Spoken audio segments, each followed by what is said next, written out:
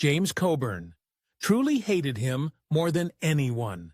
James Coburn was born James Harrison Coburn III on August 31, 1928 in Laurel, Nebraska. Coburn grew up during the Great Depression, which helped shape the resilience and quiet strength he would later bring to many of his iconic roles. His family moved to Compton, California during his youth, and it was there that his interest in performance and storytelling began to blossom. After serving in the United States Army as a truck driver and disc jockey during the Korean War, Coburn studied acting at Los Angeles City College and later trained under the esteemed acting coach Stella Adler. His breakthrough came in the 1950s and early 1960s as he began to appear in numerous television series, quickly gaining recognition for his strong screen presence and unique voice. It wasn't long before Hollywood came calling, and his role as Britt, the laconic knife thrower in the classic 1960 Western The Magnificent Seven, catapulted him to stardom. This role perfectly captured the essence of Coburn's appeal: cool, composed, and mysterious, with an edge of danger. Throughout the 1960s and 1970s, Coburn solidified his reputation as a major film star. He became a staple in action films, westerns, and spy parodies, most notably playing the lead in the satirical spy films Our Man Flint, 1966, and its sequel, In Like Flint, 1967. These roles showcased not only his physical prowess, but also his comedic timing and suave demeanor, proving that he could effortlessly oscillate between serious drama and lighthearted entertainment. He also took on more complex characters in critically acclaimed films like The President's Analyst and Pat Garrett, and Billy the Kid, where he worked with director Sam Peckinpah and demonstrated a deeper emotional range. Coburn's range extended beyond genre films. He worked with acclaimed directors and held his own alongside major stars. Notable performances include his roles in The Great Escape, 1963, Charade, 1963, Pat Garrett, and Billy the Kid, 1973, and Cross of Iron, 1977, where his collaboration with legendary director Sam Peckinpah added layers of complexity to his performances. He was not only an action star, but also a thoughtful actor who brought depth to roles that could have easily been one-dimensional. Despite his success, Coburn's career faced setbacks in the 1980s due to a painful and debilitating form of arthritis that limited his ability to work. For years he struggled with the condition, which distorted his body and caused him great pain. Yet, in true Coburn fashion, he never gave up. Through a combination of holistic medicine and the use of MSM-methyl sulfonyl methane, he experienced a remarkable improvement in his health. His triumphant return to acting culminated in his winning the Academy Award for Best Supporting Actor in 1999 for his haunting portrayal of a bitter, abusive alcoholic father in affliction, directed by Paul Schrader. The award was not only a recognition of his performance in that role, but also a tribute to his enduring talent and perseverance. Coburn's contribution to film extended far beyond the roles he played. He was part of the legendary group of actors known as the Hollywood Rat Pack, socializing and sometimes working alongside Steve McQueen, Bruce Lee, and Charles Bronson. His friendship with Bruce Lee was particularly notable. Coburn was not only a student of Lee's martial arts, but also an admirer of his philosophy. The two shared a mutual respect that transcended fame, and Coburn would later serve as a pallbearer at Lee's funeral in 1973. Off-screen, Coburn was known for his intellect, worldliness, and deep voice that could command a room. He had an affinity for philosophy, jazz music, and world travel, which gave him an air of sophistication and curiosity that set him apart from many of his peers. Despite the tough guy image he often portrayed on screen, friends and colleagues often described him as thoughtful, kind, and deeply loyal. James Coburn experienced two significant marriages over the course of his life, each of which played an important role in shaping both his personal and professional journey. His first marriage was to Beverly Kelly, whom he wed in 1959. Their union lasted 2 full decades and produced 2 children, a son and a daughter, who were central figures in Coburn's life during a period when his Hollywood career was steadily gaining momentum. While Coburn's public persona was known for his cool, tough guy demeanor and charismatic screen presence, he maintained a relatively private home life. His marriage to Beverly coincided with some of his most iconic work in film, including roles in The Magnificent Seven, 1960, The Great Escape, 1963, and Our Man Flint, 1966, suggesting that the stability of his home life may have been a grounding force during a particularly demanding and high-profile era of his career. Despite the longevity of their relationship, Coburn and Kelly eventually divorced in 1979 after 20 years of marriage. Though the reasons for their separation were kept largely out of the spotlight, the divorce marked the end of a major chapter in his personal life. More than a decade later, Coburn found love again and entered into his second marriage, this time with actress Paula Murad. The two were wed on October 22, 1993, in a romantic ceremony held in Versailles, France, a location befitting their shared appreciation for art, culture, and elegance. Paula, who was a Brazilian-American actress and former television host, was not only a supportive partner, but also a deeply involved collaborator in Coburn's philanthropic and artistic endeavors. Their relationship was widely recognized as one of warmth, mutual respect, and companionship. Unlike the hectic period of his first marriage, Coburn's second marriage came during a time when he had stepped back somewhat from the limelight, focusing more on selective film roles and personal passions. Together, James and Paula established the James and Paula Coburn Foundation, a nonprofit organization dedicated to funding projects in the areas of education, the arts, and medicine.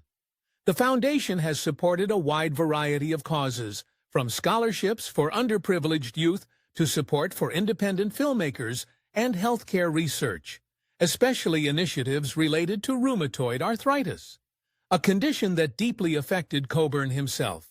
Their joint efforts left a lasting philanthropic legacy that continued even after Coburn's passing.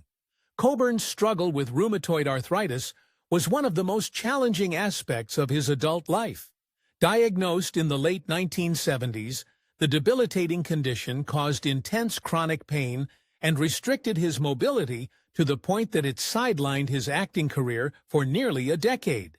Yet despite the severity of his illness, Coburn remained remarkably active and resilient. He refused to let his condition define him or limit his pursuits. A testament to this spirit was his long-standing interest in martial arts, a passion that may seem surprising given the toll arthritis took on his body. Coburn trained seriously in martial arts and developed a deep, lifelong friendship with legendary martial artist and actor Bruce Lee. The two shared more than just an appreciation for combat technique. They also bonded over philosophical discussions, particularly around the principles of self-discipline, Eastern spirituality, and personal development. Coburn credited Lee with helping him gain a broader understanding of physical movement, breathing, and inner strength, elements that would later help him cope with his health struggles. Their friendship was so profound that when Bruce Lee tragically passed away at the young age of 32 in July 1973, Coburn was among the select few chosen to be a pallbearer at his funeral on July 25th of that year. Standing beside other close friends and martial arts students of Lee, including Steve McQueen and Dan Inosanto, Coburn helped carry Lee's casket in a solemn and emotional farewell. The moment was not only a personal loss for Coburn, but also a symbolic reminder of the deep connections he formed throughout his life, many of which transcended professional boundaries and were rooted in mutual respect and philosophical kinship.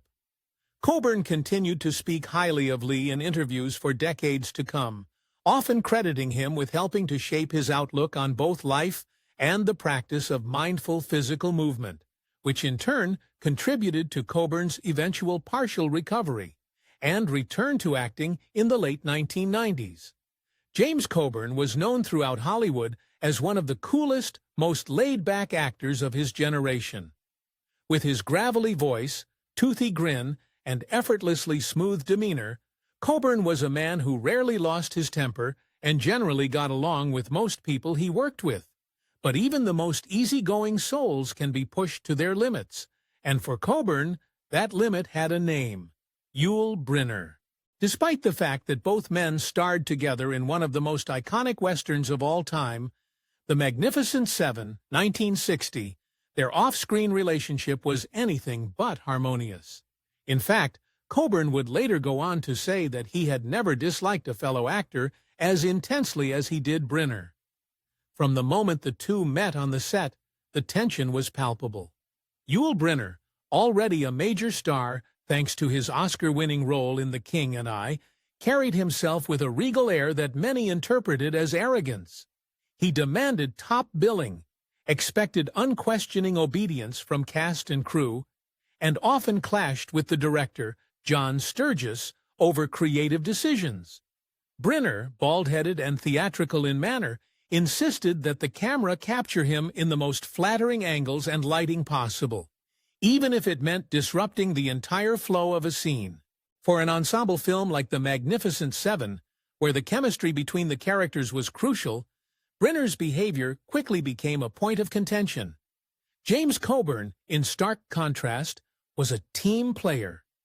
Though not yet the household name he would later become, Coburn took his role seriously and worked hard to bring depth to his character, Britt, the knife-throwing cowboy. He valued professionalism on set, respected the crew, and enjoyed collaborating with his fellow actors. But working alongside Brynner proved to be a test of his patience. Coburn was reportedly infuriated by Brynner's constant need for control. Whether it was positioning himself in the foreground of every shot or demanding rewrites to give himself more lines, Brynner's ego seemed to know no bounds. One particular incident stands out as a flashpoint in their simmering feud. During the filming of a group scene, Brynner became incensed when he realized that Steve McQueen, another actor with whom Brynner had a famously bitter rivalry, was subtly stealing scenes by fiddling with his hat and making small, attention-grabbing movements. Brynner flew into a rage, storming off set and threatening to quit unless the scene was reshot with him as the clear visual focus. Coburn, who had little patience for diva antics, reportedly rolled his eyes and muttered that Brynner was the biggest damn baby in the West. From that moment on, the die was cast. Coburn no longer saw Brynner as a colleague, but as an obstacle to the film's success and an embodiment of everything he disliked about show business. Over time, Coburn's disdain only deepened. He disliked not only Brynner's attitude, but also the atmosphere he created on set, tense, combative, and riddled with vanity. Coburn preferred working with actors who were grounded and sincere, like Charles Bronson or Robert Vaughn, both of whom he respected. Brynner, in his view, was a preening prima donna, more concerned with his image than the integrity of the film. Though Coburn never publicly launched into a tirade against Brynner, those close to him knew how deep his contempt ran. In later interviews, when asked about the film, Coburn would often steer clear of discussing Brynner in any detail, offering curt remarks or changing the subject altogether. The irony, of course, is that despite their personal animosity, The Magnificent Seven became a cinematic classic, largely because of the ensemble's on-screen chemistry. Their rivalry may have even fueled a certain tension in the performances, adding a layer of realism to the film's portrayal of rugged individualists forced to work together. Yet behind the scenes, the animosity between Coburn and Brynner was as intense as any Western showdown. For Coburn, the experience was a painful lesson in how stardom and ego could undermine artistic collaboration. In the years that followed, the two men never worked together again, and it's doubtful that Coburn would have wanted to. While he moved on to a string of successful films, Our Man Flint, The President's Analyst, Pat Garrett, and Billy the Kid, he remained forever marked by that early clash with Brynner. To friends and colleagues, he would occasionally bring up the Magnificent Seven, not with nostalgia, but with a grimace and a quick jab at that royal pain in the ass. In a career filled with tough guys and intimidating characters, it wasn't a gangster cowboy or villain who got under Coburn's skin. It was Yul Brynner, the one man he truly, unapologetically hated. James Coburn passed away from a heart attack on November 18, 2002, at the age of 74, bringing an end to a remarkable life and career that spanned more than 4 decades in Hollywood. He died at his home in Beverly Hills, California, a place that had long served as a peaceful retreat for the veteran actor and his wife, Paula. According to Paula Coburn, the couple had been sharing an intimate and tranquil moment together just before his death. Listening to music, one of Coburn's great passions outside of acting. As they sat together enjoying the soothing melodies that had often brought them comfort and joy, James suddenly collapsed, succumbing to a massive heart attack. Paula later revealed in interviews that he died in her arms, making his final moments as loving and serene as could be imagined under such tragic circumstances. Despite the rapid arrival of emergency responders and efforts to save his life, Coburn was rushed to Cedars-Sinai Medical Center in Los Angeles, one of the city's most well-known and prestigious hospitals. There, despite the best efforts of medical personnel, he was pronounced dead. The news of his sudden passing shocked fans and colleagues alike, as Coburn had only recently enjoyed a significant professional resurgence. After years of suffering from crippling rheumatoid arthritis, which had sidelined his acting career in the 1980s and early 1990s, he had experienced a near-miraculous recovery, thanks to experimental holistic treatments, including a supplement made from shark cartilage. His improved health had allowed him to return to acting with renewed vigor, and he had even won an Academy Award for Best Supporting Actor in 1999 for his powerful performance in Affliction, marking a career high late in life. Coburn's death was a profound loss not only to Hollywood, but also to his family, friends, and the fans who had admired his commanding screen presence, gravelly voice, and cool charisma in classics such as The Magnificent Seven, Our Man Flint, and Pat Garrett, and Billy the Kid. His unique blend of rugged masculinity and easygoing charm made him a beloved figure in American cinema. Tragically, the sorrow of his passing was compounded less than 2 years later when his wife, Paula Coburn, succumbed to cancer. She died on July 30, 2004, at the age of just 48, leaving friends and family stunned by yet another heartbreaking loss in such a short time. Paula, an actress and former television executive, had been a devoted partner to Coburn throughout their marriage. She had supported him through his battle with arthritis, encouraged his return to acting, and stood by him during both the triumphant and difficult moments of his life. Their relationship, by all accounts, was deeply affectionate and enduring, marked by mutual respect and shared passions. Together, James and Paula Coburn were considered a striking and loving couple, often seen at Hollywood events radiating warmth and mutual admiration. Paula's death so soon after James has added a somber coda to their story, one that underscored the strength of their bond and the tragic brevity of their time together. In death, as in life, their closeness was deeply felt by those who knew them.